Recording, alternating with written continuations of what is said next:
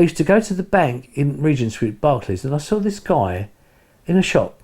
No, I saw this dummy mannequin in the shop. And this mannequin used to turn its head. Like that. It's a real person. I learned the guy was called Boy George. I then heard about Boy George and Culture Club doing a gig in Chadwell Heath. I'd been to Top of the Pops. I came to McDonald's, had something to eat. I thought, well, I'm going to go to see this Boy George. Don't know who he is, but he sounds interesting. I looked in the paper, it said under 18s disco. I'm not going to get away with it. I can't go. So after a while, having it with Tessa at Virgin, Culture Club had their first record out called White Boy. Neil Ferris was looking at it. I said, I want Culture Club. She said, you can't, Neil's on. I said, but Neil's got Spandau Ballet, Madness, Howard Jones. She said, you can't have them. After a couple of months, Neil goes on holiday. And he says, I don't think they're going to happen anyway. I did a bit of work with them. Then I picked up George to do an interview. And George says, if we don't have a hit with a third record, Virgin are going to drop us. What do you think? Hear the album. I've still got the cassette of the album upstairs in my studio. I said, that reggae song, what's it called? Hurt Me? He said, my fucking dead body. John Moss arrives.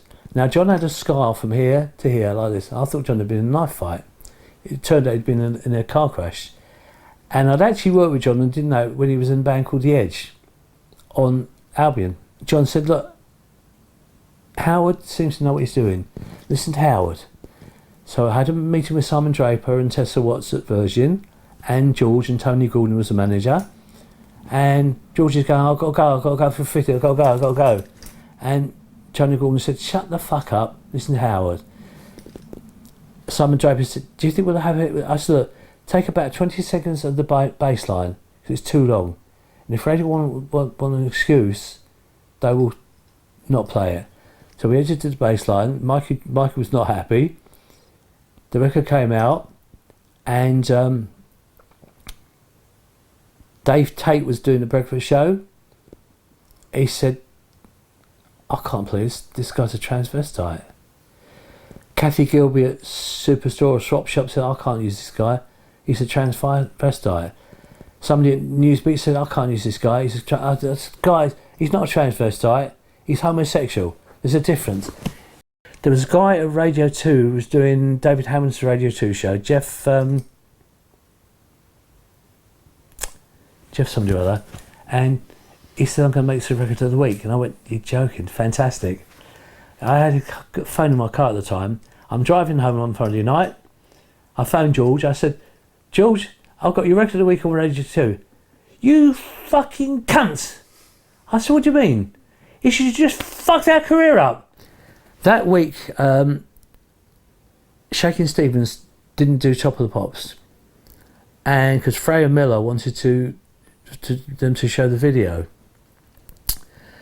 So there was a slot.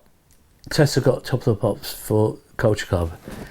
Everybody and their mother, the cleaning ladies, the techs, the sound guy, everyone's, I've got to see this guy. And I'm standing right next to George on the stage.